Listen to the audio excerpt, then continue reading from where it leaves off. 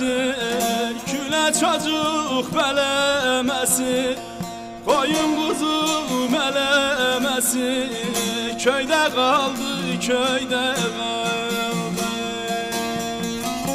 Köydə qaldı, köydə qaldı, köydə qaldı, köydə qaldı, xan nerede köydə qaldı.